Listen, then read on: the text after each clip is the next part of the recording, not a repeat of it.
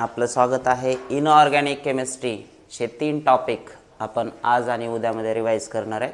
Inorganic केमिस्ट्रीचे 12वीचे 3 topic कुठले आहेत? पहिला एलिमेंट्स ऑफ ग्रुप्स 16, 17, 18. दुसरा transition and inner transition elements किंवा D&F ब्लॉक एलिमेंट्स. आणि तिसरा आणि शेवटचा कोऑर्डिनेशन कंपाऊंड्स. तर याच्यापैकी आपण 2 टॉपिक आज रिवाइज करतोय. पहिला आहे पी ब्लॉक म्हणजे हा, आणि दुसरा आहे transition and inner transition element जो की आपण आफ्टरनूनला करणार आहे. ओके, आता फिजिकल आणि इनऑर्गॅनिक केमिस्ट्रीमध्ये सगळ्यात अगोदर समजून घ्या डिफरन्स काय, अभ्यासाची पद्धत कशी बदलते. फिजिकलमध्ये तुम्हाला फॉर्म्युले आहेत, युनिट कन्व्हर्जन्स आहेत, तिथं तुम्हाला लॉजिक लावायचं आहे. अमुक एक व्हॅल्यू घ्यायचे, त्याचं युनिट चेंज असेल तर ते बदलायचं आहे, नंतर गुणाकार, बेरीज, वजाबाकी, भागाकार ह्या सगळ्या गोष्टी करायच्यात. फिजिकल केमिस्ट्रीमध्ये डोकं जास्त लावायचं काम आहे. या 3 चॅप्टरच्या बाबतीत आपल्याला आनंदाची गोष्ट अशी आहे की आपलं दिमाग काही लावायचंच नाही. 3ही चॅप्टर्समध्ये जेवढं जास्त पाठांतर करता येईल तेवढं जास्त पाठांतर करायचं तुम्हाला. थोडक्यात काय, हे 3ही इनऑर्गॅनिक केमिस्ट्रीचे चॅप्टर्स जेवढं पाठ करता येईल तेवढं पाठ करा, कारण इथं लॉजिकचा विषयच नाही. तुम्हाला स्वतःचा दिमाग काही वापरायचाच नाही. न्यूमेरिकल्स तर अजिबातच नाही त्याच्यात. राहिलं काय, पाठांतराचा विषय. मग जेवढं जास्त पाठ करता येईल तेवढं पाठ करावं लागेल. आणि पाठांतर केलं तर एका टॉपिकला इथेही तुम्ही ॲव्हरेज धरून चालू शकता. 3 क्वेश्चन्स म्हणलं तर पी ब्लॉकचे 3, डी ब्लॉकचे 3 आणि कोऑर्डिनेशन कंपाऊंडचे 3, म्हणजे जवळपास 9 ते 10 मार्काला तुम्हाला CETला हे टॉपिक येणार आहे. बरोबर. मग 9 ते 10 मार्क म्हणजे आपला स्कोअर कुठं जाणार आहे. त्यामुळं या टॉपिकची रिस्क घेता कामा नाही. फक्त त्रास काय, तुम्हाला पाठांतर करावं लागणार. Let's come to the theory part of this topic.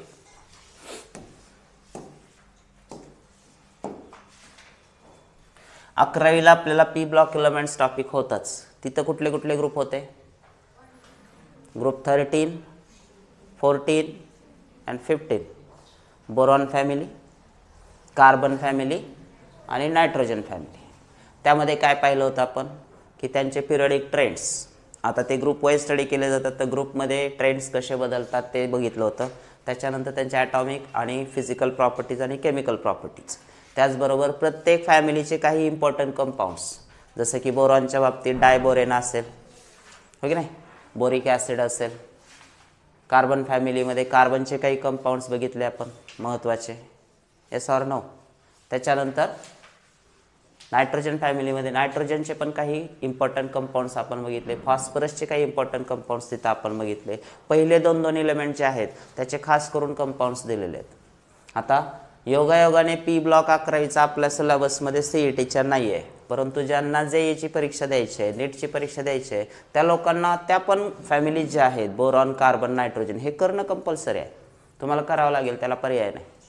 Even though NCERTने पण तो टॉपिक ओमिट केलेला आहे, परंतु NTAच्या सिलेबसमध्ये अजून पण तो तसाच आहे. याचा अर्थ नीट आणि JEEला हा टॉपिक इंटॅक्ट आहे, बदललेला नाही. ठीक आहे. आता त्याचा सेकंड हाफ जो आहे तो 12th मध्ये आपल्याकडे 16, 17 अँड 18. तर सगळ्यात अगोदर मला सांगा, ग्रुप 16 मध्ये कुठले एलिमेंट्स येतात? ग्रुप 16 कुठल्या नावाने, कोणाच्या नावाने ओळखला जातो? Oxygen family. Group 17 halogen family. आणि ग्रुप 18 नोबल गॅसेस. सो हॅलोजनबद्दल पण तुम्हाला बऱ्याच गोष्टी माहिती आहेत. इनर्ट गॅसेस तर इनर्टच आहेत, नोबलच आहेत, त्यांच्या जास्त रिॲक्शन असणारच नाहीत. मग तुम्हाला मेजर पोर्शन जो आहे या टॉपिकमध्ये तो आहे पहा 16व्या ग्रुपचा, ऑक्सिजन फॅमिली. मग ऑक्सिजन फॅमिलीमध्ये कोण कोण आहे? तर ऑक्सिजन आहे, सल्फर आहे, सेलेनियम आहे, टेल्युरियम आहे, पोलोनियम आहे. आता पोलोनियम रेडिओॲक्टिव्ह आहे, त्याची केमिस्ट्री फारशी नाही आहे. इकडं नायट्रोजन फॅमिलीमध्ये नायट्रोजन फॅमिलीच म्हणतो मी. हॅलोजन फॅमिलीमध्ये सगळे जे हॅलोजन्स आहेत, फ्लोरीन, क्लोरीन, ब्रोमीन, आयोडीन, ॲस्टॅटाईन. आता याच्यामध्ये सुद्धा तुम्ही कंपाऊंड जर पाहिले दिलेल्या टॉपिकमध्ये, आता आपण रिवाइज करूया की काय काय दिलं या टॉपिकमध्ये. So let me revise. सांगा काय काय आहे या टॉपिकमध्ये पी ब्लॉकमध्ये. प्रत्येकाने एक पॉईंट सांगायचं किंवा हे आहे सर या टॉपिकमध्ये. इलेक्ट्रॉनिक कॉन्फिगरेशन कोणाचं? ह्या ग्रुप्सचं. बरं, अजून इलेक्ट्रॉन गेन एन्थाल्पीचा ट्रेंड ग्रुपमध्ये बघायचा आहे. बरं, अजून atomic and physical properties of group 16, 17, 18 एकत्रित सांगितलं. आता पुढे चला. ऑक्झो ॲसिड्स कोणाचे? सल्फरचे. बरोबर. अजून ऑक्झो ॲसिड्स ऑफ क्लोरीन आहेत, जे की खूप महत्त्वाचे आहेत परीक्षेच्या दृष्टीने. अजून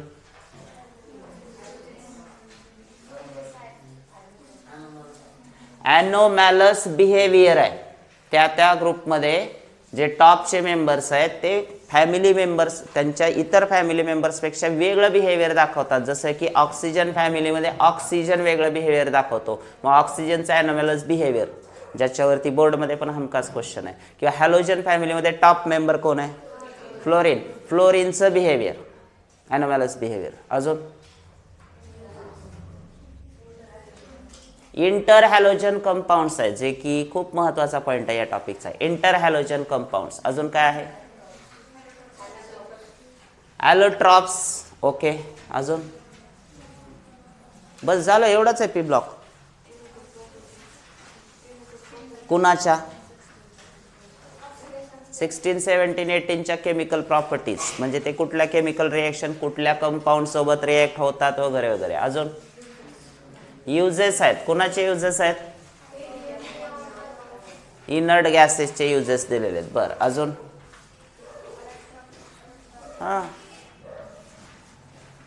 काय अजून या टॉपिकमध्ये? Okay, let's check it. सुरुवातीला आपण बघतोय की ऑकरन्स ग्रुप 16, 17, 18 हे जे एलिमेंट्स आहेत त्यांचं ऑकरन्स जे आहे नेचरमध्ये हे कुठल्या पद्धतीने कोणत्या फॉर्ममध्ये मिळतात. जसं की ऑक्सिजन फॅमिली आहे. Oxygen, sulphur, selenium, tellurium, polonium constitute group 16 called the oxygen family. या पूर्ण फॅमिलीला काय म्हणतो आपण? Oxygen family. Large number of metal ores are oxides or sulphides. जेवढे पण यांचे मेटल सोबतचे कंपाऊंड्स आहेत त्यांना एकतर काय म्हटलं जातं? ऑक्साइड्स किंवा सल्फाइड्स. म्हणजेच ऑक्सिजन आणि सल्फरचे कंपाऊंड जास्त पाहायला मिळतील तुम्हाला. ठीक आहे. Group 16 elements are also called आहे, दुसरं नाव चाल्कोजन्स म्हटलं जातं. मी तुम्हाला पहिलंच म्हटलंय पूर्ण टॉपिक इन्फॉर्मेटिव्ह आहे. जेवढं पाठ करचाल तेवढं तुमचा फायदा आहे. Oxygen is the most abundant of all elements on the earth. पृथ्वीच्या जेवढा काही भाग आहे, मग तर क्रस्ट असेल, सरफेस असेल, ॲटमॉस्फिअर असेल किंवा हायड्रोस्फिअर असेल, या सगळ्यामध्येच ऑक्सिजन जो आहे तो मोस्ट अबंडंट आहे, सगळ्यात जास्त दिसून येणारा एलिमेंट आहे. Oxygen forms 20.95% by volume of air. थोडक्यात काय? 21% जवळपास ॲटमॉस्फेरिक कंपोजिशनमध्ये ऑक्सिजन आहे. And about 46.6% by mass of earth crust. Earth crust म्हणजे काय? Inside the earth. त्याच्यामध्ये किती आहे? 46.6% मास त्यानं कन्स्टिट्यूट करायला आहे. Sulphur form 0.034% by mass of earth crust. हा कमी आहे. It occurs mainly in the combined form such as sulphates. मग सल्फरचं जे ऑकरन्स आहे ते कुठल्या फॉर्ममध्ये? जसं ऑक्सिजनचा ऑक्साइड्स किंवा इतर कंपाऊंड्समध्ये ऑक्सिजन दिसतो, तसं सल्फर हा जिप्सम. सल्फेट्स मध्ये कुठला येतो पहिला? जिप्सम. जिप्समचा फॉर्म्युला विचारला जाऊ शकतो, सांगा. CaSO4 डॉट ट्वाइस H2 किंवा इप्सम सॉल्ट फॉर्म्युला सांगा. MgSO4 7H2. बॅराइट BaSO4 पुढं काही नाही. ओके. सल्फाइड्स. सल्फाइड्स मध्ये कोण येत आहे? गॅलेना. गॅलेनाचा formula PbS. Zinc blende ZnS. Copper pyrite CuFeS2. सर्व फॉर्म्युले पाठ करावे लागतील. ते तुम्हाला नाव देऊ शकतात आणि खालीलपैकी त्याचा मॉलिक्युलर फॉर्म्युला कुठला आहे ते विचारू शकतात. किंवा तुम्हाला फॉर्म्युला देतील आणि विचारतील की हा कोणता जो पण फॉर्म आहे किंवा कंपाऊंड आहे तो विचारतील की सल्फाइड आहे की सल्फाइट आहे की ऑक्साइड आहे, काय आहे ते. Selenium and tellurium are also found as metal selenites and tellurides in sulphide ores. Polonium which is radioactive. मी तुम्हाला अगोदरच म्हटलं की ग्रुप 16चा जो एकदम बॉटमचा मेंबर आहे पोलोनियम, तो कसा आहे? रेडिओ ॲक्टिव्ह आहे. And it is a decay product of thorium and uranium. तर थोरियम आणि युरेनियमच्या डिसइंटिग्रेशनमधून पोलोनियम तयार होतो. Coming to the next group of this P block, that is group 17. Group 17 मध्ये कोण येतं सांगा सगळ्यात अगोदर? एलिमेंट्स कुठले कुठले आहेत? Fluorine, chlorine, bromine, iodine, astatine constitute group 17. These are collectively known as halogens, sea salt. Halo means salt, zin means born. So ज्यांचा जन्म थोडक्यात काय सी सॉल्ट मधून आहे, समुद्राच्या पाण्यामध्ये जनरली हे सॉल्ट फॉर्म मध्ये, त्याच्यातून हे इलेमेंट आयसोलेट केले जाऊ शकतात. Then halogens are very reactive due to high electronegativity. सगळ्यात जास्त पिरियडिक टेबल मध्ये इलेक्ट्रोनिगेटिव्हिटी कोणाचे? हॅलोजनचे आहे. And hence they are not found in the free state, they occur in the form of compounds. मग जसं काही मेटल्स आहेत गोल्ड सारखे, सिल्वर सारखे फ्री स्टेट मध्ये दिसत आहेत, तसं हॅलोजन्स फ्री स्टेट मध्ये दिसत नाही. ते कुठल्या ना कुठल्या कंपाऊंड मध्ये, जसं की क्लोरीन बघितलं आपण NaCl फॉर्म मध्ये पाण्यामध्ये, हो की नाही, तसं इतर पण हॅलोजन सॉल्ट फॉर्म मध्येच आहेत. इंडिव्हिज्युअली फ्री स्टेट मध्ये ते मिळत नाहीत. Fluorine occurs mainly as insoluble fluorides. मग त्याच्यामध्ये फ्लोरीनचे कंपाऊंड्स दिलेत. पहिला आहे fluorspar, formula CaF2. Cryolite, formula Na3Al(F6). Fluorapatite, formula Ca3PO4 twice dot CaF2. त्याच्यानंतर small quantities are present in soil, fresh water, plants and bones and teeth of animals. कुठं कुठं दिसतो फ्लोरीन ते दिलेले. Sea water contains chlorides, bromides and iodides, sodium, potassium, magnesium and calcium. However, it mainly contains NaCl, 2.5% by mass. The deposits dried up seabeds contain sodium chloride and carnallite. Seabeds समुद्राच्या तळाशी. Mainly काय काय त्याच्यामध्ये? Mainly contains what? Carnallite. Formula सांगा. KCl MgCl2 6H2O. परत परत सांगतोय मी, नाव देतील, फॉर्म्युला विचारतील, किंवा फॉर्म्युला देतील, नाव विचारतील, क्रॉस होऊ शकतं असं. Marine life also contains iodine in their system. For example seaweed contains up to 0.5% iodine. Seaweed म्हणजे काय? समुद्रामध्ये जे गवत येत आहे, जसं आपण तण म्हणतो ना, नाही, विडीसाइड्स आठवते का? फिनॉलच्या कंपोजिशन मधून बनवतो आपण तणनाशक. तसं जे पण समुद्राच्या तळाशी येणारी झाडं आहेत गवतासारखी, त्यांच्यामध्ये आयोडीन कंटेंट आहे. And Chile saltpetre contains up 2.2% of the sodium iodate. त्यांच्यामध्ये काय आहे? सोडियम आयोडेट आहे, NaIO3 आहे. Astatine, the last member of the halogen family is radioactive. जसा त्यांचा पोलोनियम आहे 16व्या फॅमिलीचा, तसं 17व्या ग्रुपचा कोण आहे? रेडिएक्टिव्ह इलेमेंट ॲस्टॅटाईन. हाफ लाईफ पण दिलेला आहे त्याचा ॲस्टॅटाईनचा, किती आहे? 8.1 hours. The elements helium, neon, argon. आता कुठं आलो आपण? ग्रुप 18 मध्ये आलो. Argon, krypton, xenon and radon constitute the group 18. All the noble gases except radon occur in the atmosphere. कोण नाही atmosphere मध्ये? रेडॉन सोडून बाकीचे सर्व आहेत. म्हणजे atmospheric composition मध्ये कोण नाही? रेडॉन नाही, तो सोडून. येते एक लक्षात.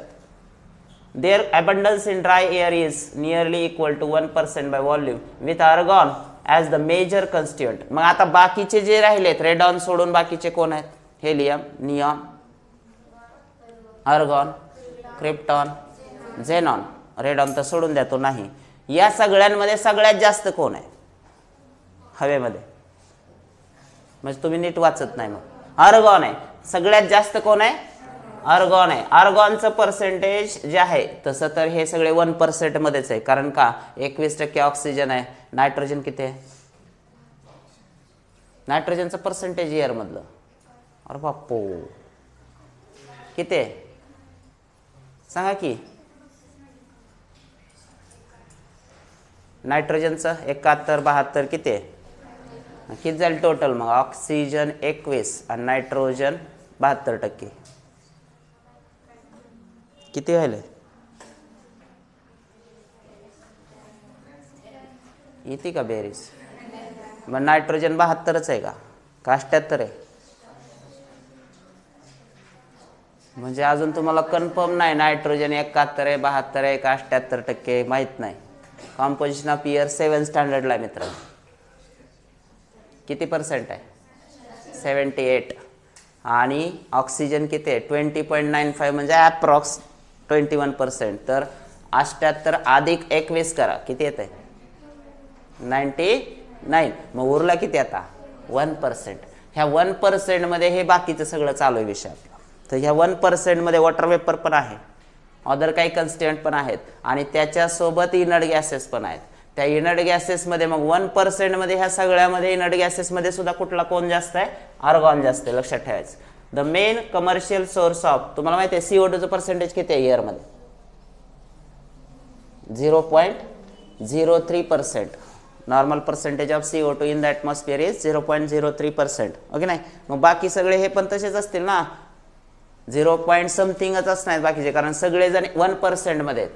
नायट्रोजन ऑक्सिजन सोडून बाकीचे सर्व 1% मध्ये आहेत. मग पॉईंटमध्येच बाकीच्याचं पर्सेंटेज असणार आहे, लक्षात ठेवायचं. आर्गॉनचं सुद्धा पर्सेंटेज 0.0 असंच काहीतरी असणार आहे, ते पण इनर्ट गॅसेसमध्ये जास्त आहे.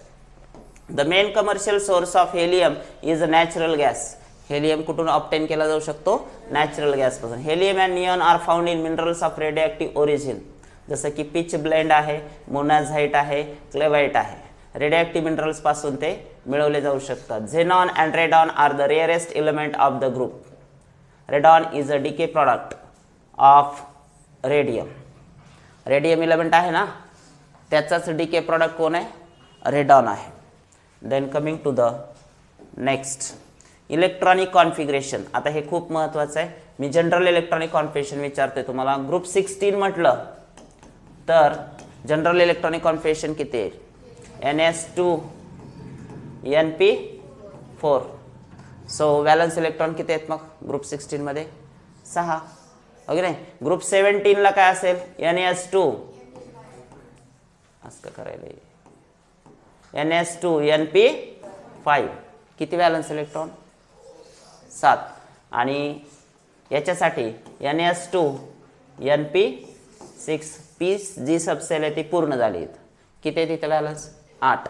मग ह्यांचे व्हॅलन्स इलेक्ट्रॉन 8 असल्यामुळं हे जास्त केमिकल रिएक्शनमध्ये पार्टिसिपेट होत नाहीत, बिकॉज ऑक्टेट इज कम्प्लीट. हेलियमसाठी ते काय? Duplet is complete. Okay. Electronic कॉन्फिगरेशनमध्ये तुम्ही प्रत्येकाचं चेक करू शकता. ऑक्सिजन हे कंडेन्स फॉर्ममध्ये इलेक्ट्रॉनिक कॉन्फिगरेशन आहे. हेलियम घेतला की झाले 2, 2s2, 2 आणि 2 4, 2p4, 4 आणि 4 8. सल्फरसाठी निऑन वापरून लिहिलंय, सेलेनियमसाठी आर्गॉन वापरून लिहिलंय. त्याच्या अगोदरचा इनर्ट गॅस घ्यायचा. टेल्युरियम 52 आहे, त्याच्या अगोदरचा इनर्ट गॅस कोणता आहे? क्रिप्टॉन 36. आणि त्याच्या पुढचं काउंट करायचं. अशा पद्धतीने इलेक्ट्रॉनिक कॉन्फिगरेशन. एक क्वेश्चन फिक्स आहे याच्यावर, इलेक्ट्रॉनिक कॉन्फिगरेशन ऑफ ग्रुप 16, 17 और 18 यापैकी कुठलाही विचारलं जाऊ शकतं. तुम्हाला पाठच करावं लागेल, ह्याला पर्याय नाही. बघावं लागेल, डबल लिहावं लागेल. सगळ्याच एलिमेंटचं लक्षात. हां, तुम्हाला जनरली लक्षात राहील की NS2 NP4 आहे, मग ग्रुप 16 मध्ये तर ते येणार आहे. मग आता ह्या सगळ्यासाठी महत्त्वाचं काय? तुम्हाला ॲटॉमिक नंबर पण पाठ पाहिजेत ना. तुमचा प्रॉब्लेम असा आहे, ऑक्सिजनचं माहिती, फ्लोरिनचं माहिती, हेलियमचं माहिती, खालचं काहीच माहीत नाही. मी सांगतो तुमचा अडचण कुठं आहे. आणि जर तुम्ही बोर्डाला अभ्यास करताना केलेला असेल तर प्रॉब्लेम नाही येणार. ॲटॉमिक नंबर्स पाठ करायला लागतील अगोदर. ॲटॉमिक नंबर्स पाठ झाल्यानंतर थोडं इलेक्ट्रॉनिक कॉन्फिगरेशनचं काम सोपं होईल, कारण त्याच्या अगोदरचा इनर्ट गॅस वापरता येत आपल्याला. आणि एक क्वेश्चन तुमचा सहज येतो इलेक्ट्रॉनिक कॉन्फिगरेशनच्या बेसिसवर. इलेक्ट्रॉनिक कॉन्फिगरेशनबद्दल आपण डिस्कस केलेलं आहे. पाठांतर करावंच लागणार आहे तुम्हाला, तुमच्याकडे दुसरा पर्याय नाही. Coming to the next point of the topic, atomic and physical properties of elements of group 16, 17 and 18. पहिला आहे ॲटॉमिक अँड आयोनिक रेडाय. आता सहज आहे, कुठल्याही ग्रुपमध्ये डाऊन द ग्रुप काय होत जाते? ॲटॉमिक मास पण वाढतं, ॲटॉमिक रेडियस पण काय होते? वाढते. Size of the atom increases down the group. Down the group जसं जसं आपण जाऊ तसं तसं साईज वाढत जाते. मग ग्रुप 16 मध्ये लार्जेस्ट कोण आहे? Oxygen, sulphur, selenium, tellurium, polonium. सगळ्यात जास्त खाली जो असेल तो लार्जेस्ट असेल. हॅलोजन्समध्ये पण ॲस्ट्राटाईन.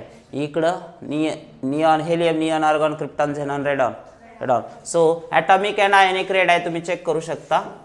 Down the group as a result increase in the number of quantum shells across a period. आता हे झालं कोण वाढणार आहे? साईज वाढणार आहे. अक्रॉस अ पिरियड ते पण विचारलंय. आता अक्रॉस अ पिरियड म्हणजे कुठून धरायचंय? 16, 17, 18 असाच विचार करा, किंवा पाठी बघून पण चेक केला तर अक्रॉस द पिरियड काय होते साईज? इन्क्रीज और decrease? Decreases. So across period atomic and ionic radii decreases, महत्वाचं आहे, with increasing atomic number, consequent increase in Z effective nuclear charge वाढतो. Group 17 elements have the smallest atomic radii. Size कमी कमी होत जाते. मग तुमच्या डोक्यात साहजिकच क्वेश्चन येईल, मग सगळ्यात कमी कुठं असेल? इनर्ट गॅसेसला. पण तसं दिसायलंय का? नाही. कुठं कमी आहे? इनर्ट गॅसेसला नाही आहे. सगळ्यात कमी कुठं आहे? कुठं आहे? स्मॉलेस्ट ॲटॉमिक रेडाई कुठं आहे? हॅलोजन्सला आहे. मग असा काय प्रॉब्लेम झाला? इनर्ट गॅसेसला का बरं वाढली? कारण इनर्ट गॅसेसला ऑलरेडी काय ऑक्टेट कंप्लीट आहे, ह्या सगळ्या गोष्टी आहेत. त्यामुळे इनर्ट गॅसेसला आपण ट्रेंडमध्ये घेतच नाही. कुठल्याच ट्रेंडमध्ये आपण इनर्ट गॅसेसला इन्व्हॉल्व नाही करत ॲटॉमिक फिजिकल ट्रेंड्समध्ये. येते एक लक्षात? हॅलोजनची साईज सर्वात लहान आहे, म्हणजे ग्रुप 17 पर्यंतच आपल्याला ट्रेंड बघायचे. आयनायझेशन एन्थाल्पी सांगा. डाऊन द ग्रुप, बोला लवकर. डाऊन द ग्रुप, हे पहा, group 16, 17, 18 elements have high ionization enthalpy. त्यांना जास्त एनर्जी प्रोव्हाइड करायला लागते इलेक्ट्रॉन काढण्यासाठी, कारण आपण बघितलेलंच ऑलरेडी लेफ्ट टू राईट. डावीकडे मेटल्स आहेत, मेटल्सला जास्त आयोनायझेशन एन्थाल्पी लागते का? मेटलला इलेक्ट्रॉन दी म्हणायच्या आत देत आहेत, कारण ते इलेक्ट्रो पॉझिटिव्ह आहेत. त्याच्यामुळे त्यांची आयोनायझेशन एन्थाल्पी कशी आहे? कमी आहे, एस ब्लॉकची, डी ब्लॉकची. पण त्या तुलनेनं पी ब्लॉकची आयोनायझेशन एन्थाल्पी कशी आहे? जास्त. आता आपण डाऊन द ग्रुप पण बघू शकतो. The ionization enthalpy decreases down the group due to increase in atomic size. आपण अगोदर बघितलं की ॲटॉमिक साईज वाढते. ॲटॉमिक साईज वाढली की काय होतं? डिस्टन्स वाढतं न्यूक्लियस पासून, आणि मग इलेक्ट्रॉनवरचा कंट्रोल कमी होतो, न्यूक्लिअर चार्ज कमी होतो, आणि आपोआपच इलेक्ट्रॉन सहज दिले जाऊ शकतात. याचा अर्थ आयोनायझेशन एन्थाल्पी काय झाली? कमी झाली. So down the group ionization enthalpy decreases. Across a period ionization enthalpy increases. हे तर झालंय विषय अगोदरच. अक्रॉस पिरियड आयोनायझेशन एन्थाल्पी काय होईल? वाढेल. हॅलोजनची ती जास्त राहणार आहे. टेबलमध्ये तुम्हाला ते दिलेलं पण आहे. Then coming to the electronegativity सांगा. The electronegativity decreases down the group. Size वाढते, आयोनायझेशन एन्थाल्पी कमी होते, म्हणजेच power of attracting electron pair काय होईल? कमी होते. Down the group electronegativity decreases. मग टॉप मेंबर जो आहे oxygen has the highest electronegativity. खाली जर कमी होते तर वरची कशी असेल? सगळ्यात जास्त असेल. Halogens are very high electronegativity. सगळ्यात जास्त मग इलेक्ट्रोनिगेटिव्हिटी कोणाचे? हॅलोजन्सची आहे. त्यातली त्यात सांगा. फ्लोरीनची जास्त असेल. Fluorine is the most electronegative element in the periodic table. अख्ख्या पिरियडिक टेबलमध्ये सगळ्यात भिक्कारडा माणूस कोण आहे? तर फ्लोरीन आहे, कारण त्याच्यासमोर कोणाला चॅलेंजच नाही. Most electronegative element in the periodic table. Star मारून पण ठेवलाय त्यांनी. इलेक्ट्रॉन गेन एन्थाल्पी त्याच्याबद्दल बोलतोय आपण. In the group 16 and 17 electron gain enthalpy becomes less negative down the group. वरती मोर निगेटिव्ह आहे, आणि खाली जाताना ती काय? लेस निगेटिव्ह. याचा अर्थ निगेटिव्हिटी कमी कमी होत जाते. म्हणजेच काय हो? म्हणजे काय? However, in group 16, oxygen has less negative electron gain enthalpy than sulfur due to its small atomic size. ऑक्सिजनची साईज लहान असल्यामुळे त्याची जी इलेक्ट्रॉन गेन एन्थाल्पी आहे ती सल्फर पेक्षा सुद्धा कशी आहे? हे पहा, group 16 oxygen has less negative electron gain enthalpy than sulphur due to its small atomic size. Less negative म्हणते. कशामुळे? त्याची साईज कशी आहे? सल्फरपेक्षा लहान. In group 17 fluorine has less negative electron gain enthalpy than that of chlorine. This is due to small size of fluorine. म्हणजे हे आणि हे सोबत सोबतच चाललाय कार्यक्रम. जे ऑक्सिजन दाखवायला तेच फ्लोरीन पण गुण दाखवायला. हे दोघं जण शेजारी डेंजर आहेत, म्हणूनच यांना आपण काय म्हणलेलं आहे? ॲनोमॅलस बिहेवियर. दोघांचंच आहे, एक ऑक्सिजन आणि फ्लोरीन. दोघं त्यांच्या फॅमिलीसारखं बिहेवियर दाखवत नाहीत. Group 18 elements, they have no tendency to accept electrons because of their stable electronic configuration. त्यांचा ऑक्टेटच ऑलरेडी कंप्लीट आहे, त्यामुळे इनर्ट गॅसेसचा विषयच येत नाही. And thus they have large positive electron gain enthalpy. Group 16, 17 ची निगेटिव्ह आहे, पण ग्रुप 18 ची कशी आहे? पॉझिटिव्ह आहे. पॉझिटिव्ह केव्हा असते? जर टेंडन्सीच नाही, इलेक्ट्रॉन घेण्याची टेंडन्सी नसेल तर ती पॉझिटिव्ह असते. फॉर एक्झाम्पल मेटलची जनरल टेंडन्सी काय? इलेक्ट्रॉन देणे का घेणे? देणे. मग त्यांची इलेक्ट्रॉन गेन एन्थाल्पी कशी असेल? ज्यांची देण्याची टेंडन्सी आहे त्यांची घेण्याची नसेल ना, म्हणजे मेटलची सुद्धा काय असणार? पॉझिटिव्ह. इकडे शेवटचा जो ग्रुप आहे इनर्ट गॅसेस, त्यांचा प्रॉब्लेम काय? त्यांचा असं आहे की आम्हाला द्यायचेही नाहीत आणि घ्यायचे नाहीत. अंबानी लोक आहेत सगळे. सो ह्यांचा विषय काय? की ते स्टेबल आहेत. आणि त्यामुळे मग त्यांची इलेक्ट्रॉन घेण्याची एंथॅल्पी निगेटिव्ह असू शकत नाही, कारण निगेटिव्ह कोणाची असते, ज्यांची इलेक्ट्रॉन घेण्याची टेंडन्सी आहे. फॉर एक्झाम्पल हॅलोजनची मरमर चालले एका इलेक्ट्रॉनसाठी. का बरं? कारण त्यांचं कॉन्फिगरेशन काय, NH2np5 म्हणजे किती आहेत इलेक्ट्रॉन, 7. ऑक्टेट कंप्लीट व्हायला किती कमी आहे, एकच. मग त्या एका इलेक्ट्रॉनसाठी त्यांची धडपड चालली, आणि त्यातली त्यात फ्लोरीनची तर जास्त आहे. म्हणून त्यांची इलेक्ट्रॉन गेन एंथॅल्पी काय, most negative along the periodic table. सगळ्यात जास्त निगेटिव्ह इलेक्ट्रॉन गेन एंथॅल्पी कुठे आहे, हॅलोजन्सची. कारण का, त्यांना जास्त तीव्रतेने इलेक्ट्रॉन पाहिजे. पण इनर्ट गॅसेसच्या बाबतीत ती टेंडन्सीच नाही, त्यामुळे त्यांची इलेक्ट्रॉन गेन एंथॅल्पी काय, पॉझिटिव्ह आहे. आणि इलेक्ट्रॉन गेन एंथॅल्पीचा ट्रेंड डाऊन द ग्रुप कसा आहे, बिकम्स लेस निगेटिव्ह. कसा आहे, बिकम्स लेस निगेटिव्ह. याचा अर्थ 17व्या ग्रुपमध्ये तर टॉप निगेटिव्ह इलेक्ट्रॉन गेन एंथॅल्पीचे एलिमेंट आहेत, त्यातली त्यात वरचा कसा आहे, जास्तच. त्याचा काही विषयच नाही. वर कोण आहे, फ्लोरीन. आणि खाली ही निगेटिव्हच असते, पण तो जो ट्रेंड आहे तो कमी होतो. टेबलमध्ये तुम्ही बघा निगेटिव्ह व्हॅल्यूजच असतील इलेक्ट्रॉन गेन एंथॅल्पीच्या, पण ते कमी कमी होताना दिसेल तुम्हाला. इथं कुठं दिलं असेल ना टेबल, हे बघा इथं दिलंय बा. हे कोणाच दिलंय, 18 साठी. आता ह्यांची इलेक्ट्रॉन गेन एंथॅल्पी बघा, सगळ्याची पॉझिटिव्ह आहे, म्हणजे हे इलेक्ट्रॉन घेण्याची टेंडन्सी ठेवत नाहीत. आता त्याच्या उलट वरचं पहा, टेबलचं ऑब्झर्वेशन तुमचं चांगलं पाहिजे.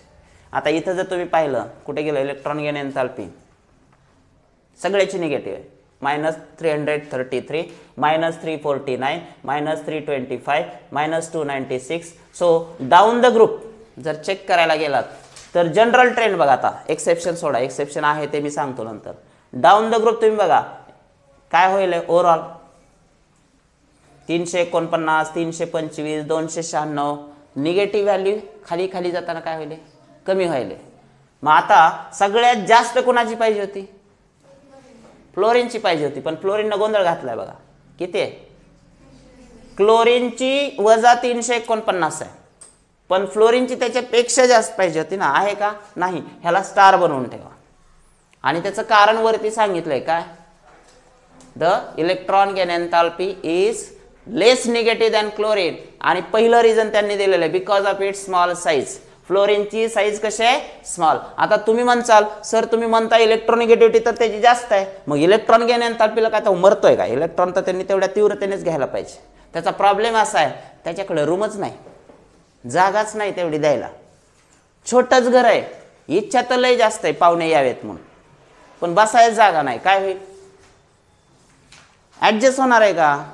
इमोशनच्या बेसिसवर इलेक्ट्रोनिगेटिव्हिटी फ्लोरीनचीच जास्त आहे क्लोरीनपेक्षा, पण इलेक्ट्रॉन गेन एंथॅल्पी कमी आहे, लेस निगेटिव्ह आहे क्लोरीनपेक्षा. कारण काय, साईज स्मॉल आहे. मग कमी जागेत काय होणार, नवीन इलेक्ट्रॉन घ्यायचं म्हणलं तर ऑलरेडी 9 इलेक्ट्रॉन आहेत फ्लोरीनचे, हो की नाही. घरात 9 लेकरं असताना अजून 2 पाहुण्याची आली तर गोंधळ काय होईल, आणि जागा एकाच रूममध्ये गोंधळ घालणार आहे ते. सो इलेक्ट्रॉन काय होणार, रिपल्शन. म्हणून फ्लोरीनची इलेक्ट्रॉन गेन एंथॅल्पी एक्सेप्शनल केसनुसार क्लोरीनपेक्षा कमी. आणि नेमकं क्वेश्चन इथं येते, तुम्ही ते समजूनच घेत नाही कन्सेप्ट. तुम्ही एकच ट्रेंड लक्षात ठेवता, down the group electron gain enthalpy becomes less negative. मग हे ट्रेंड झाला मान्य आहे, पण इथला गोळ कोण मिटवणार. केमिस्ट्रीच्या बाबतीत हे काळजीपूर्वक बघावं लागतं, एक्सेप्शन. आलं लक्षात. आता तुम्ही म्हणताल सर क्लोरीनकडे अशी काय जादू आहे, मग क्लोरीनचं नेमकं काय, तर तो क्लोरीन कुठल्या पिरियड मध्ये ते सांगा, फर्स्ट सेकंड थर्ड. क्लोरीन कुठल्या पिरियड मध्ये, क्लोरीन कुठल्या पिरियड मध्ये, सेकंड कसं म्हणायला, थर्ड पिरियड मध्ये ना. ओय थर्ड पिरियड मध्ये ना क्लोरीन, सेकंड पिरियड मध्ये फ्लोरीन आहे, फर्स्ट पिरियड मध्ये हायड्रोजन हेलियम, सेकंड पिरियड मध्ये lithium beryllium boron carbon nitrogen oxygen fluorine हे येणार. थर्ड पिरियड मध्ये सोडियम मॅग्नेशियम ॲल्युमिनियम हा आहे ना third period, yes or no, हो की नाही. मग क्लोरीन थर्ड पिरियड मध्ये, म्हणजे त्याच्यात 3D ऑर्बिटल आहे. 3D ऑर्बिटल म्हणल्यावर जागाच जागा, स्पेसच झाला ना. मग तिथं एखादा इलेक्ट्रॉन घेतला क्लोरीनने तर त्याला फिरायला जागा आहे की, त्याचे स्वतःचे 17 इलेक्ट्रॉन त्याला डिस्टर्ब करणार आहेत का, नाही. म्हणजे स्पेस अवेलेबल आहे, म्हणून क्लोरीनचा प्रॉब्लेम नाही. तीच गोष्ट ऑक्सिजन फॅमिलीच्या बाबतीत पण आहे, लक्षात ठेवा. चेक करायचं तर आपण करू पण शकतो, फक्त माझा वेळ जास्त जात आहे, जाऊ द्या. वेळ तुमच्यासाठीच दिला मी, रेग्युलर बॅचला सुट्टी द्यायला मी मागच्या रविवारपासून, आणि हे केवळ फक्त तुमच्यासाठी. फक्त एक अपेक्षा आहे, बाळांनो अभ्यास बी तेवढ्या तीव्रतेने करावा लागेल तुम्हाला. नाही तर आम्ही आपलं घसा कोरडा पडेपर्यंत ओरडायचं आणि तुम्ही आपलं काहीच करायचं नाही, ह्याला काय अर्थ नाही. फक्त लेक्चर्सनी काय होणार नाही, हे घरी जाऊन तुम्हाला रिवाईज करावं लागेल, फिनिश करावं लागेल, व्यवस्थित वाचावं लागेल, पाठ करावं लागेल. आता इथं पण तोच ट्रेंड आहे पहा. Down the group 200, 195, 190, 174 down the group electron gain एन्थॅल्पी becomes less negative. पण जर तुम्ही ह्या दोघांचं चेक केलं तर इथं गोळ झाला ऑक्सिजनच्या बाबतीत. ऑक्सिजनची electron gain एन्थॅल्पी becomes less negative than sulphur. मग इथं पण तेच आहे, स्मॉल साईज, जागा कमी आहे त्यामुळे इलेक्ट्रॉन घ्यायला अडचण येते. म्हणून ही पण एक्सेप्शनल केस आहे. राऊंड करूनच ठेवायचं, त्याला बाजूला स्टार करायचं राऊंड करून, की ही प्रकरण जे आहे ती वादातलंच आहे, ऑक्सिजन सल्फर. तसंच इथं पण आहे फ्लोरीन क्लोरीन, ह्यांचा तर काही विषयच नाही कारण हे पॉझिटिव्हच आहेत ऑलरेडी. जे निर्लज्जच आहे त्याला काय बोलावं.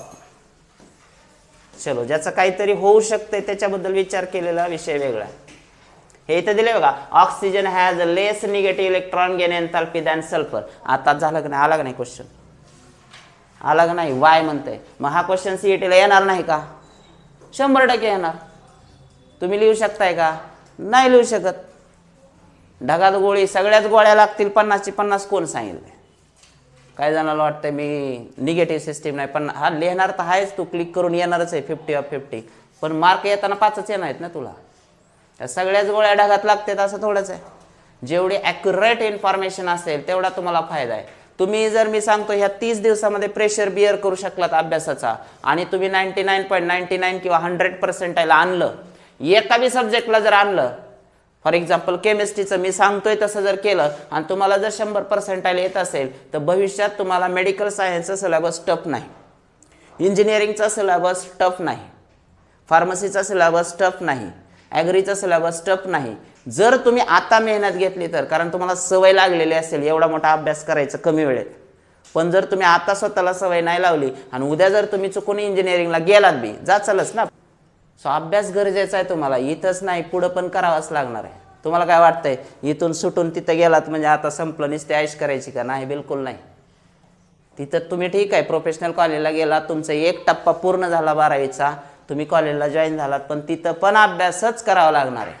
तर तुम्ही क्लिअर करत चालतात सब्जेक्ट. आणि जर तुम्हाला पहिल्या सेमिस्टरला धब्बा लागला, 8 सेमिस्टरचा कोर्स आहे तुमचा, कुठला पण असू द्या course, pharmacy, agri, engineering, medical, 8 ते 10 सेमिस्टर तुमचे जे काय असतील ते असणार आहे. त्याच्यामध्ये जर फर्स्ट सेमिस्टरला धब्बा लागला तर ज्यावेळी फायनल इयरला तुमचे कॅम्पस होतात तर कॅम्पसमध्ये अगोदर फाईल असते टेबलवर त्यांच्या, तुम्ही एंट्री मारायच्या अगोदरच त्यांनी बघितलेलं असते. मध्ये पहिल्याच याला दिसतंय 2 बॅक. मग ती कंपनीवाले काय विचार करतील, ह्याला जर सेमीटर क्लिअर निघत नाही ह्याला कसं पॅकेज द्यावं आपण. मग तुमची सुरुवातच बोलीच असते ती. थोडक्यात काय, बाजारात बैलाचा भाव काय, ती म्हणजे कॅम्पस इंटरव्ह्यू. थोडक्यात सांगतो मी, बाजारात बैल जर काढला इकायला तर त्याला किती भाव येणार ते म्हणजे कॅम्पस इंटरव्ह्यू आहे, दुसरं काय नाही. तुमचे सगळे क्लासमेट असतात, त्याच्यात कुणाला वर्गात पॅकेज मिळतंय 12 लाखाचं, कुणाला 15 लाखाचं, कुणाला 35 लाखाचं, कोणाला 2.5 लाखाचं, कोणाला 1.5 लाखाचं, कोणाला 1,20,000, 10,000 महिन्याने चल येत असलं. ते तुमच्या मार्क लिस्टच्या लायकीनुसार आहे सगळं. त्यांच्या काही टेस्ट असतात, त्या पण टेस्ट तुम्हाला द्याव्या लागतात, ॲप्टिट्यूड टेस्ट असतात. पण ओव्हरऑल परफॉर्मन्स तुमचा जो इंजिनिअरिंगचा आहे पहिल्या 3 वर्षाचा, तो तुमच्या इंटरव्ह्यू फाईलमध्ये काउंट होतो, त्याच्यावर जॉब असते.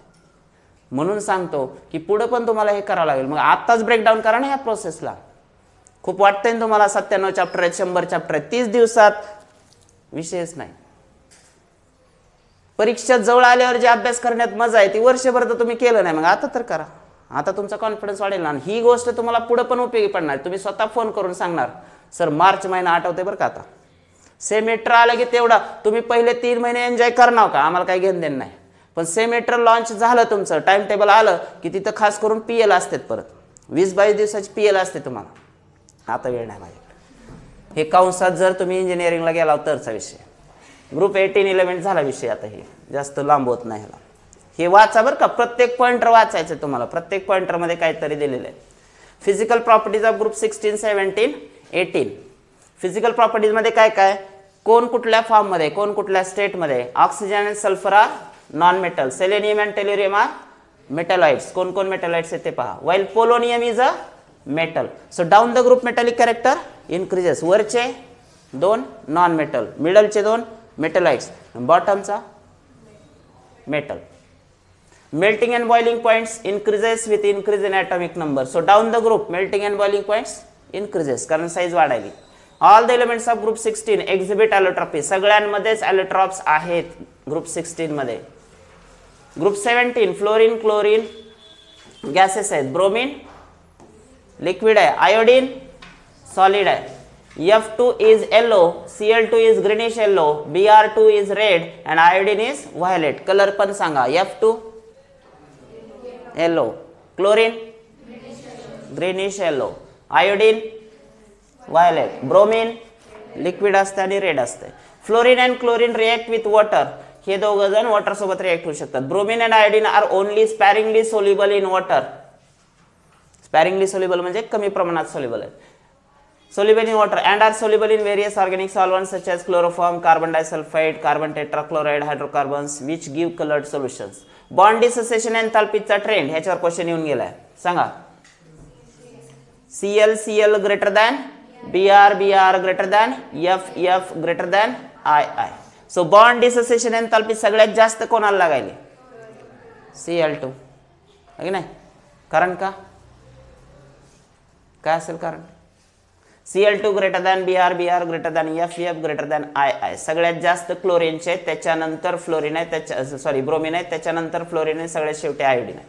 Fluorine has a less negative electron gain enthalpy than chlorine. हे मग अशीच आहे, मी सांगितलं एक्सप्लेन करून तुम्हाला. हां, याच्यावर क्वेश्चन पण आलाय बघा. इथं पहा. Bond dissociation enthalpy of F2 158.8 is lower than that of Cl2. Y म्हणताय? कारण काय आहे? Fluorine has small atomic size than chlorine. The lone pairs on each fluorine atoms in F2 molecule are so close together that they strongly repel each other and make FF bond weak. आता FF bond मध्ये जे electron आहेत आणि फ्लोरीनचे वैयक्तिक जे lone pair of electron आहेत ह्यांच्यामध्ये काय व्हायलंय? रिपल्शन व्हायलंय. रिपल्शन व्हायल्यामुळे काय व्हायलंय? इलेक्ट्रॉन एकमेकांना ढकलायला लागले, त्यामुळे मॉलिक्यूल काय व्हायला? अनस्टेबल, त्यामुळे बॉन्ड काय व्हायला? वीक व्हायला. Cl2 मध्ये ती केस येत नाही. In Cl2 molecule the lone pairs on each chlorine atom are at larger distance. कशामुळे? मगाशी सांगितलं. कारण Cl2 मध्ये काय? क्लोरीन कडे 3D ऑर्बिटल आहे, स्पेस जास्त आहे, त्यामुळे रिपल्शन मिनिमम असतं, त्यामुळे तो बॉन्ड स्टेबल असतो. Cl-Cl bond is comparatively stronger, त्यामुळे तो स्ट्रॉंग असतो. Therefore bond dissociation enthalpy of F2 is lower than that of Cl2. So already जो वीक आहे त्याला तोडायला मग बॉन्ड डिसोसिएशन एन्थाल्पी काय लागेल? कमीच लागेल. हो की नाही? ज्या घरात अगोदरच भांडण आहेत त्या घराला सेपरेट करायला काय अडचण आहे का बाहेरच्याला? सांगाय उशीर तर ते लगेच म्हणतील ना, मोठा भाऊ येणार म्हणणार द्या वाटून आमचं. म्हणजे ज्यांच्या ऑलरेडी घरामध्ये धुसफूस आहे तिथं लवकर डिव्हिजन होते ना. आपण नॅचरली बघतो आपल्या डे टू डे लाईफमध्ये, तसंच इथं पण घडणार आहे. फ्लोरीन बॉन्ड वीक आहे त्याच्यामुळे तो लवकर क्लोरीन पेक्षा तुटतो.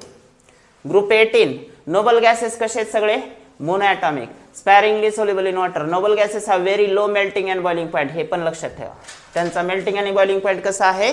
कमी आहे. हेलियम आता का कमी तुम्ही विचार करा ना. रूम टेम्परेचरला हे सगळेच कसे आहेत? गॅसेस आहेत ना, सॉलिड आहेत का?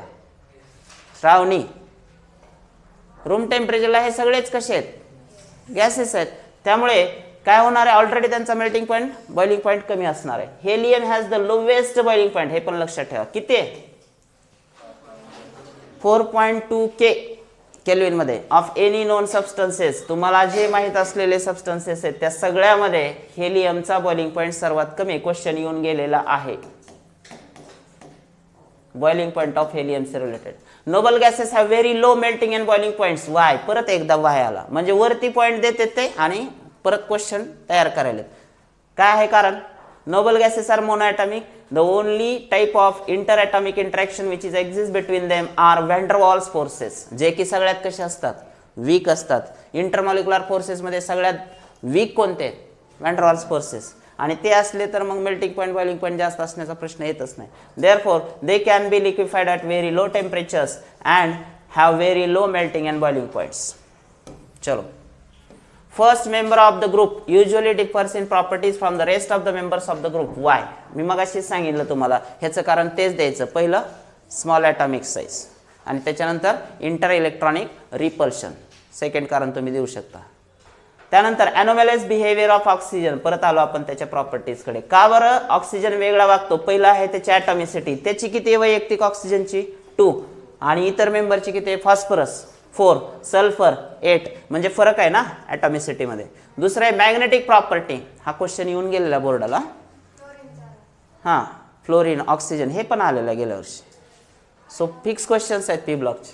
आता तुम्हाला सांगून काय उपयोग आहे, तुमची तर वेळ गेली. आता लिहिला होता का फ्लोरीनचा? आला होता पण लिहिला होता. वा. मॅग्नेटिक प्रॉपर्टी, ऑक्सिजन कसं आहे? ऑक्सिजन पॅरामॅग्नेटिक आणि बाकीचे सगळे डायमॅग्नेटिक. ऑक्सिडेशन स्टेट ऑक्सिजनची -2 -1 +2 आणि बाकीच्या एलिमेंट्सची -2 +2 +4 +6. हे काय पॉसिबल आहे? कारण त्यांच्याकडे डी ऑर्बिटल आहेत. खाली खाली जसं जाचाल सगळ्यांकडे डी ऑर्बिटल आहेत. Oxygen can not exhibit higher oxidation state due to absence of vacant D orbital, त्यांच्याकडे डी ऑर्बिटलच नाहीत. हे पण महत्वाचं आहे. Oxygen forms only OF2 with fluorine while sulphur forms SF6. Explain why. ह्याचं कारण पण तेच आहे. का ऑक्सिजन फक्त OF2 करू शकतो? कारण ॲब्सेन्स ऑफ डी ऑर्बिटल. सल्फरकडे डी ऑर्बिटल आहे म्हणून 6 फ्लोरीनला तो अटॅच करू शकतो. त्याचं कारण वॅकंट डी ऑर्बिटल सल्फरकडे आहे, ऑक्सिजनकडे नाही. नेचर ऑफ हायड्राइड, ऑक्सिजनचा हायड्राइड कसा आहे? वॉटर, लिक्विड, आणि बाकीचे सगळे while the hydrides of other members of the group are gases. Coming to the next, which of the following possess hydrogen bonding? कोणामध्ये आहे? H2S, H2O, H2SE, H22E. कोणामध्ये आहे हायड्रोजन बॉन्डिंग? H2O मध्ये आहे. बर. Show hydrogen bonding in the above molecule with the help of diagram. ते तुमचं काम आहे. Common covalency of oxygen is 2. In rare cases it is 4. But for the other members of the group 16 the covalency can exceed 4. त्याचं पण कारण D ऑर्बिटलच आहे की D orbital जर असेल तर त्यांना चान्स जास्त आहे व्हॅलन्सी वगैरे वाढवण्यासाठी. ऑक्सिडेशन स्टेट सुद्धा वाढते. The anomalous behaviour of oxygen is due to following 3 reasons. आणि हेच कारण ह्याचे पण आहेत फ्लोरीनचे. पहिलं कारण मगाशी सांगितलं स्मॉल ॲटॉमिक साईज, दुसरं हाय इलेक्ट्रोनिगेटिव्हिटी, आणि तिसरं absence of d orbitals. Anomalous behavior of fluorine. Fluorine, the first member of group 17, differs in properties from other members of the group. The anomalous behavior of fluorine is due to, परत एकदा तेच आलं, absence of d orbital, high electronegativity, small atomic size, आणि आणखी एक गोष्ट आहे इथं, low FF bond enthalpy. त्यामुळे ते बॉन्ड लवकर तुटतो. पण some properties of fluorine, ionization enthalpy, electronegativity, electrode potential are all higher for fluorine than expected trend shown by other halogens. Ionic and covalent radii, melting point, boiling point and other electron gain enthalpy are quite lower than expected. हे तर मगाशी बघितलं आपण की फ्लोरीनची electron gain एन्थॅल्पी chlorine पेक्षा जास्त आहे. Actually ती एक्सपेक्टेड काय होती? जास्त होती, परंतु ती कमी आहे क्लोरीन पेक्षा. Most of the reactions of fluorine are exothermic. म्हणजे काय? Exothermic, heat releasing. It forms only one oxyacid, एकच ऑक्झायसिड तयार व्हायला. कोणता? HOF. All other halogens form number of oxyacid. त्यांच्या हॅलोजन्सचे जे हे आहेत ऑक्झायसिड ते जास्त आहेत. जसे की फ्लोरीनचा HOF एकच आहे, पण क्लोरीनचे किती आहेत? HOCl आहे, HOCl2 आहे, HOCl3 आहे, HClO4 आहे, HClO3 आहे. आहे की नाही? सेंटरला कोण आहे इथं? क्लोरीन. पण फ्लोरीनचं मात्र एकच आहे. Hydrogen fluoride is liquid due to strong hydrogen bonding while other hydrogen halides are gases. Okay. Chemical properties of elements of group 16. Chemical properties मध्ये काय काय येणार आहे? त्यांच्या ऑक्सिडेशन स्टेट काय आहेत ते या एलिमेंट्सच्या. ऑक्सिडेशन स्टेटमध्ये खास करून लक्षात ठेवा OF2 याच्यात किती असेल? ऑक्सिजन +2. लक्ष ठेवायचं. पॅरॉक्साईडमध्ये -1. ओके नाही? The stability of +6 oxidation state decreases down the group. हे पण महत्वाचं आहे. while the stability of +4 increases down the group due to inert pair effect. हे काय असतं ते तुम्ही वाचा. inert pair effect मी सांगितलं होतं शिकवताना. inert pair effect. Bonding in +4 and +6 oxidation states are primarily covalent. Generally यांच्यात जी बॉन्डिंग येते ती कोव्हॅलंट येते. All halogens exhibit. हे तर रेडॉक्स मध्ये झालेलेच आहे की सगळ्यांची -1 असते. पण जर ऑक्सिजन सोबत बॉन्डिंग असेल क्लोरीन ब्रोमिन आयोडीनचं तर मात्र काय असते? प्लस असते. मग ती +1 +3 +5 +7 ऑड मध्ये येते बरं का. नंबर्स लक्षात ठेवा. ऑक्सिडेशन स्टेट्स त्याच्यापेक्षा वेगळ्या. ग्रुप 18 मध्ये पहा ऑक्सिडेशन स्टेट बद्दल काय बोलू शकतो आपण, NH2NP6 ऑक्टेट कंप्लीट आहे. मग ज्यांची दिसते ते कोण आहेत, फक्त झेनॉनचे कंपाऊंड आहेत, बाकी सगळ्यांचे तर नाही. कोणते कोणते आहेत पहा, XeF2 झेनॉन किती आहे त्याच्यात +2, XeF4 किती आहे +4, XeF6 +6, XeO3 एक ऑक्सिजनची -2 म्हणल्यानंतर फ्लोरीन सॉरी झेनॉन +6 विचारलेले बरं का क्वेश्चन याच्यावर. XeOF4 किती +6 इम्पॉर्टंट विचारतात, झेनॉनचे ऑक्सिडेशन स्टेट विचारलेले आहे. केमिकल रिएक्टिव्हिटी टुवर्ड्स हायड्रोजन, हायड्रोजन सोबत ग्रुप 16 जे तयार होतात किंवा तयार करतात कंपाऊंड ते कोण आहेत सगळे, मग H2O H2S हे सगळे कोण आहेत, हायड्राइड्स आहेत. कोण आहेत हे हायड्राइड्स.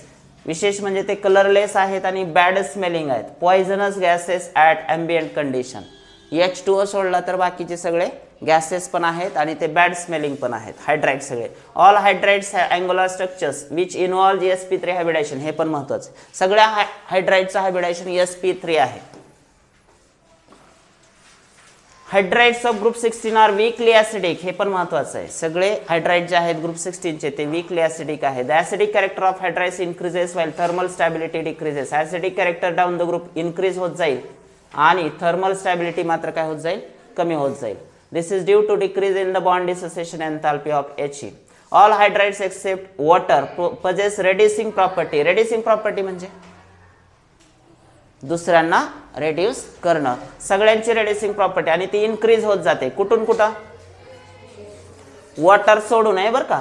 H2S लेस दॅन H2SE लेस दॅन H2T लक्षात ठेवायचं.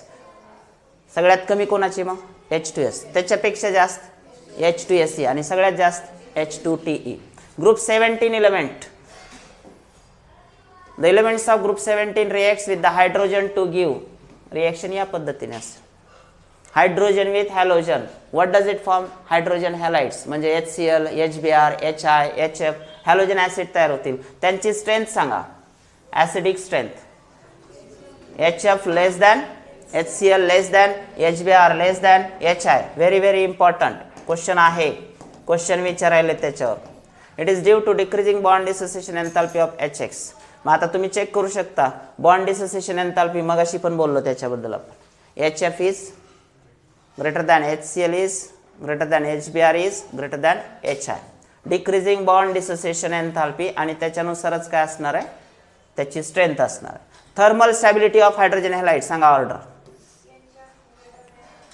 HF greater than HCl greater than HBr greater than HI. सगळ्यात जास्त थर्मली स्टेबल कोण आहे मग HF. सगळ्यात कमी स्टेबल HI. म्हणजे थर्मल स्टॅबिलिटी ज्याला जास्त तो रिएक्टिव्हिटीमध्ये कमी असतो बरं. मग आता हा जर थर्मली जास्त स्टेबल असेल तर हा रिएक्टिव्हमध्ये लेस रिएक्टिव्ह असेल. हा जर थर्मली लेस स्टेबल असेल तर हा रिएक्टिव्हिटीमध्ये जास्त रिएक्टिव्ह असेल.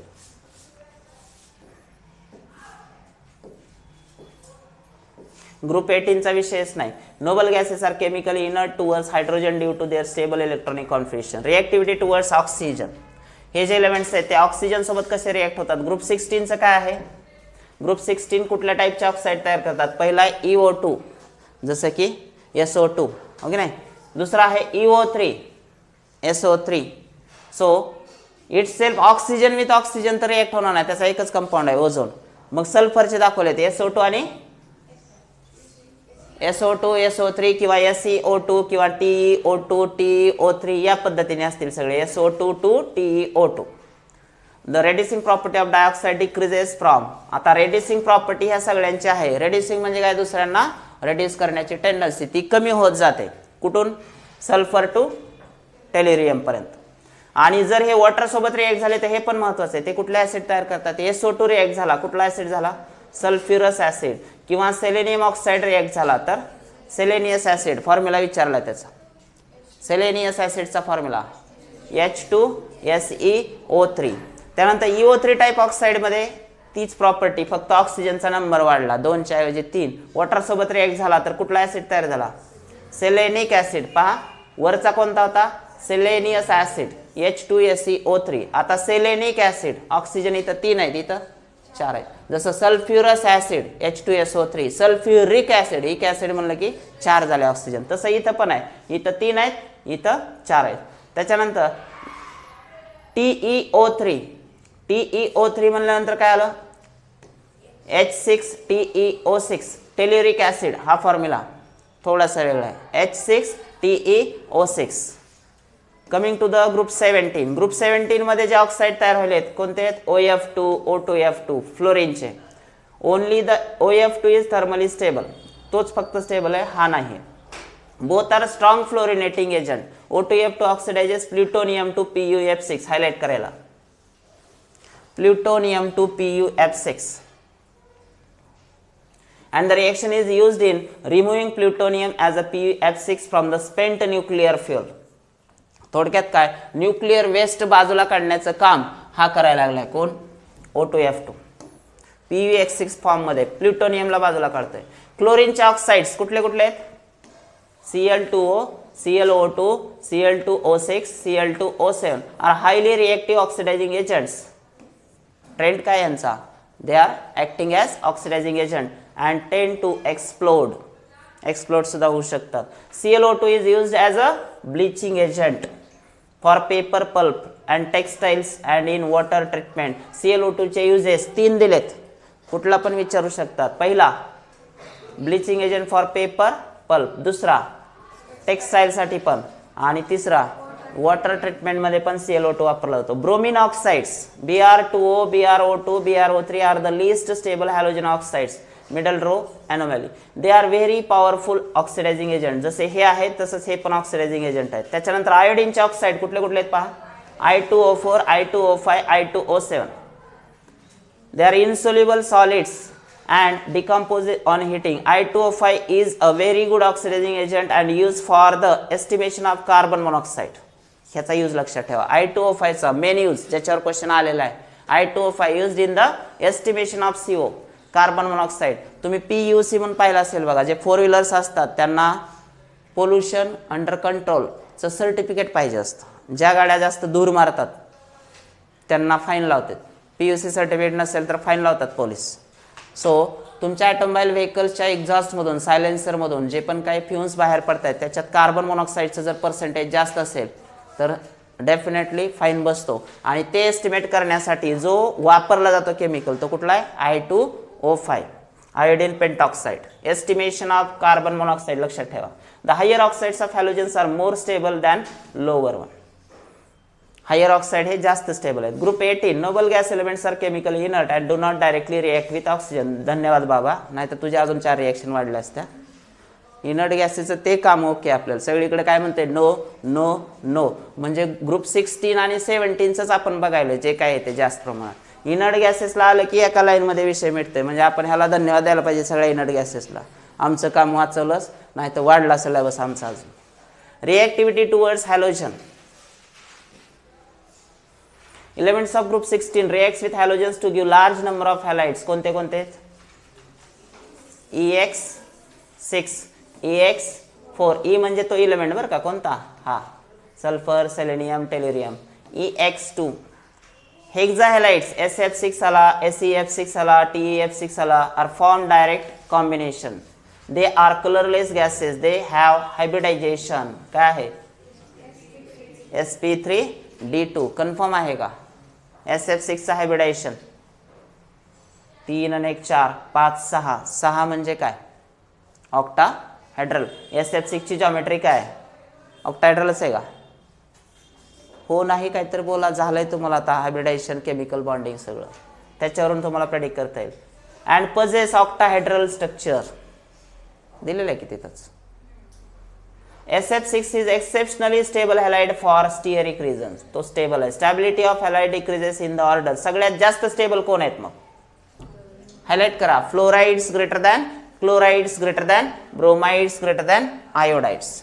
टेट्राहॅलाइड्स कडे जाऊया आपण. SF4, SEF4, TEF4, TeCl4. Hybridisation सांगा. 4 आहेत म्हणजे sp3, 6 आहेत म्हणजे ऑक्टाहेड्रल. जिथं जिथं 6 दिसतील तिथं ऑक्टाहेड्रल, जिथं जिथं 4 दिसतील तिथं sp3. sp3 म्हणलं तर जॉमेट्री काय येणार, हा जॉमेट्री जनरली काय असते, टेट्राहेड्रल असते. पण इथं trigonal bipyramidal, trigonal bipyramidal geometry with the one equatorial position occupied by a lone pair. एका ठिकाणी काय आहे, लोन पेअर आहे, त्यामुळे तो इश्यू तुम्हाला दिसेल. त्यानंतर डायहॅलाइड, डायहॅलाइड्समध्ये SCl2 आहे, SeCl2 आहे, TeCl2 आहे, सगळ्यांचं हायब्रिडायझेशन sp3. आता इथं पण तुम्ही चेक करू शकता. अँड दस possess tetrahedral structure with the 2 equatorial positions occupied by loan pairs. Lone pair मुळे गोळ व्हायला बरं का हे सगळं. लोन पेअरचं ऑक्युपेशन जे आहे, कुठं किती लोन पेअर आहेत ते चेक करावं लागते तुम्हाला. आता इथं 2 क्लोरीन आहेत. सल्फरमध्ये व्हॅलन्स इलेक्ट्रॉन किती आहेत? पूर्ण ग्रुप 16 चे व्हॅलन्स इलेक्ट्रॉन किती आहेत? NH2NP4 म्हणजे 6 आहेत. मग 6 व्हॅलन्समध्ये होते, 2 क्लोरीनचे 2 आले, ऑक्टेट कंप्लीट झालं सल्फरचं. पण बॉन्डिंगमध्ये त्यांनी 6 पैकी किती दिले? 2च. मग उरले किती? 4. 1 2 3 4. 4 म्हणजेच किती पेअर? 2. त्यामुळे 2 लोन पेअर राहणारच, सगळ्यातच राहणार. सेलेनियम पण टेलिरियम पण 2 लोन पेअर असणार आहे तिथं. त्यामुळं जॉमेट्रीमध्ये शेपमध्ये थोडा बदल होतो. मोनोहॅलाइड्स आर डायमेरिक इन नेचर. आता हे SF लिहायला पाहिजे होतं. मोनोहॅलाइड म्हणजे काय? SF. पण त्यांनी काय लिहिलंय? S2F2. इथं पण SCl लिहायच्या ऐवजी काय लिहिलंय? S2Cl2. याचा अर्थ ह्यांचं काय झालंय मग? डायमरायझेशन. एकटे राहणार, हे 2 मॉलिक्युल एकत्रित येऊन राहिले, त्याला म्हणायचं डायमरायझेशन. काय म्हणायचं त्याला? डायमरायझेशन. डायमरायझेशन प्रोसेस होते त्यामुळे आहेत. These dimeric halides undergo disproportionation. ही रिएक्शन विचारली गेलेली आहे. बोर्डाला तर एकदा विचारले, CETला आता तुम्ही विचार करू शकता. Se2Cl2 ह्याचं जर डिस्प्रपोर्शनेशन झालं तर ते तयार कुठले कंपाऊंड करायला? SeCl4 आणि Se. आता डिस्प्रपोर्शनेशन रिएक्शन मध्ये काय होत असतं? एकाच एलिमेंटचा ऑक्सिडेशन नंबर वाढत पण असतो एकाच वेळी आणि कमी पण होत असतो. परत एकदा आहे का? डिस्प्रपोर्शनेशन रिएक्शन मध्ये ऑक्सिडेशन नंबर आहे त्यापेक्षा वाढत पण असतो आणि कमी पण होत असतो एकाच वेळी. इथं किती आहे सेलेनियम? हे नंबर ऑफ मोल्स सोडा. सेलेनियमचा ऑक्सिडेशन स्टेट किती आहे सांगा की? इथं किती आहे? +1 +2 काय तर असेल ना? +1. बर. आणि इथं किती झाला? हे -4 म्हणल्यावर हे +4. बर. आणि इथं किती झाला? इलेमेंटरी स्टेट म्हणजे 0. आता बघा हे सेंटरला येणार. मग +1 सेंटरला आला, त्याचा +4 आहे म्हणजे वाढला का कमी झाला? वाढला, इनक्रीजेस. त्याच्यानंतर 0 पण झाला, इथं काय झालं? डिक्रीजेस. ह्याला म्हणायचं डिस्प्रपोर्शनेशन रिएक्शन. यावर्षीच्या तुमच्या JEEच्या सेशनमध्ये हा क्वेश्चन आलेला आहे. आत्ता जे झाले ना तुमची जानेवारीत, त्यातला एक पेपर मी बघितला, ह्याच्यात डिस्प्रपोर्शनेशन रिएक्शनच्या ऑक्सिडेशन स्टेट ऑफ एलिमेंटवर क्वेश्चन आला होता. आहे त्यापेक्षा सेम रिएक्शनमध्ये वाढतो पण आणि कमी पण होतो. +1 पेक्षा वाढलेला हाय, कमी झालेला हाय, याला म्हणायचं डिस्प्रपोर्शनेशन. आणि नीट आणि JEE म्हणलं की एवढी तर लेवल डिझर्व करतात ते. असे विद्यार्थी एवढी लेवल. CETला एवढं काय कॉम्प्लिकेशन जाणार नाही, पण तुम्हाला हे माहिती पाहिजे. आता बऱ्याच जणांना डिस्प्रपोर्शनेशन म्हणजे काय तेच माहित नाही. It is the process in which the same element oxidised as well as reduced simultaneously. त्याला म्हणायचं डिस्प्रपोर्शनेशन.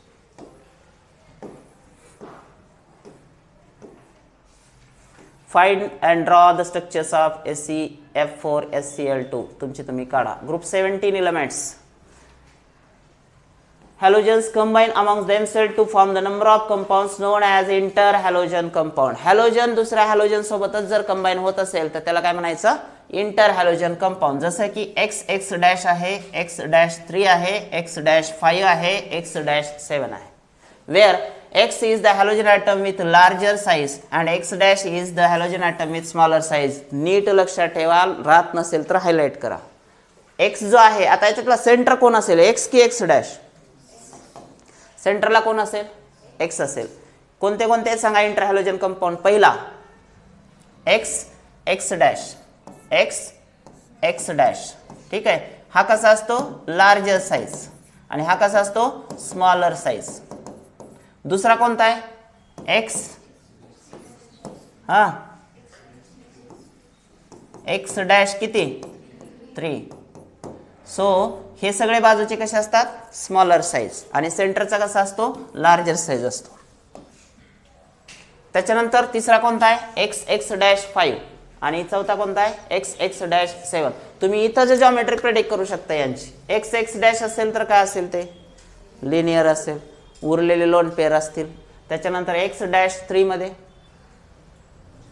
बघा ना, प्रत्येकात किती लोन पेअर राहतील ते पण विचार करावा लागेल तुम्हाला. दोन्ही पण हॅलोजन आहेत ना. थोडंसं डिटेलमध्ये आता इथं बघा, एकूण इलेक्ट्रॉन किती होते याच्याकडं? इलेक्ट्रॉन किती होते? 1 2 3 4 5 6 7. एक बॉन्डिंग मध्ये दिलाय. उरले किती लोन पेअर? चलो, व्हॉट इज ॲलोट्रॉपी? ॲलोट्रॉपी काय असते?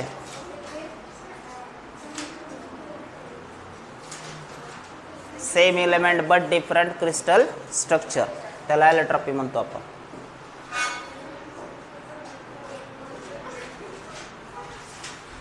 What is the difference between allotropy and polymorphism? allotropy आणि polymorphism मध्ये काय फरक आहे? का दोन्ही सारखंच आहे? पहिल्या टॉपिक मध्ये पाहिलं होतं आपण सॉलिड स्टेट मध्ये, आयसोमॉर्फिझम, पॉलीमॉर्फिझम. आठवतंय का? काय आठवतंय तुम्हाला? ढेकळं काहीच वाचत नाही तुम्ही. Elements of group 16 possess the or exhibit the allotropy. Oxygen has 2 allotropes, O2 and O3. दोन आहेत त्याचे. Sulfur exists in a number of allotropic forms. Rhombic, monoclinic are the most important allotropic forms of the sulfur. Both are non-metallic. दोन्ही non-metallic आहेत. Selenium exists in 2 allotropic forms. Red non-metallic and gray metallic. हे फरक आहे. Red colour जो असेल तो non-metallic असेल आणि ग्रे जो असेल तो मेटॅलिक असेल सेलेनियम साठी. त्याच्यानंतर ग्रे सेलेनियम पण आहे. Grey selenium allotrope of selenium is a photoconductor used in photocells. हे पण लक्षात ठेवा MCQ साठी. Grey selenium is used in the photocells. Photoconductor म्हणून वापरला जातो. सगळे आहेत का? पळून गेले कोणी?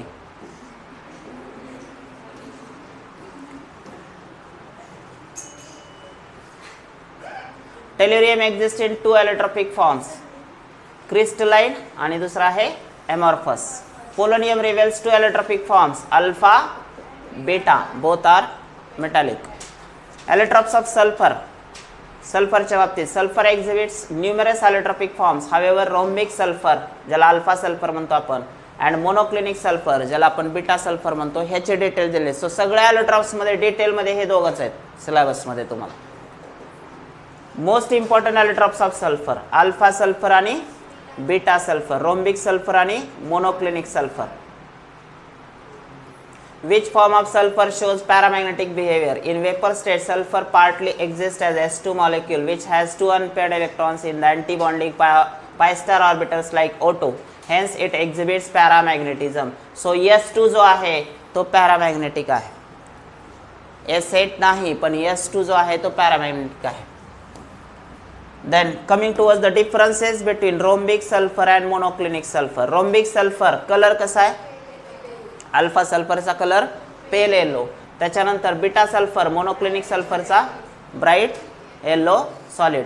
पेल येलो म्हणजे फिकट पिवळा, ब्राईट म्हणजे डार्क येलो. ठीक आहे. त्यानंतर ऑर्थोरोम्बिक क्रिस्टल्स. क्रिस्टल्स कसे आहेत? ऑर्थोरोम्बिक.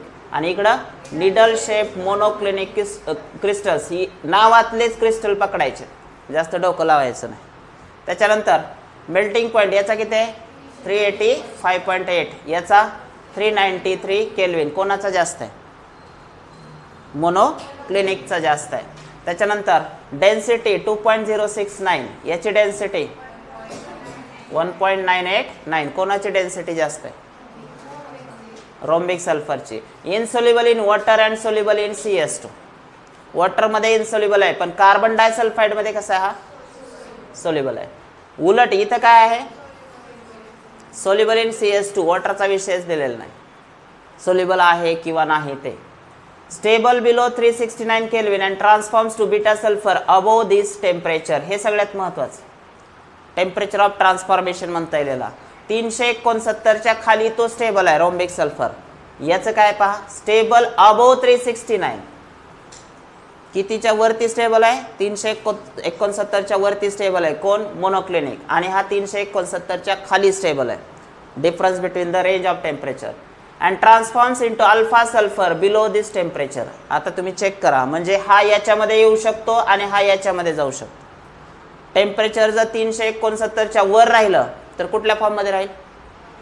मोनोक्लिनिक. आणि 369 खाली जर गेलं टेम्परेचर तर रोम्बिक सल्फर, कारण त्याची टेम्परेचर रेंज आहे स्टॅबिलिटीची. S8 molecules having puckered ring structure कुठल्या फॉर्ममध्ये आहे? S8 rhombic sulphur, alpha sulphur in S8. S8 molecules with puckered ring structure, same to same. It is prepared by evaporation of rolled sulfur in CS2.